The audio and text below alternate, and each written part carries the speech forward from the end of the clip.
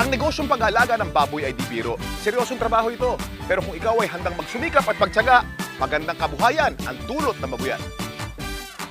Sa buong Pilipinas, sa lahat ng lalawigan, maraming taong umasensong buhay sa negosyo ng babuyan. Kaagapay sa tagumpay ang Pigrolac at Univet. Malaki na itutulong ng Pigrolac Hog Feeds at Univet Products pagpapalaki ng negosyo.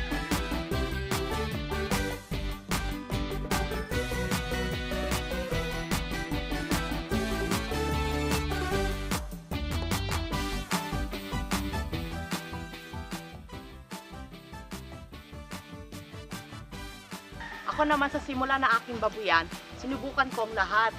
Yun nga lang, subok-subok lang na kung ano-ano. Eksperimento kong baga. Minsan tama, minsan mali. Madalas mali, ano? Ay, oo.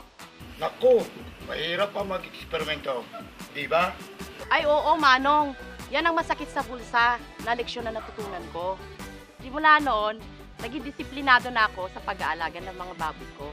At sinunod ko ang tamang dosage at gamit ng mga feeds at gamot.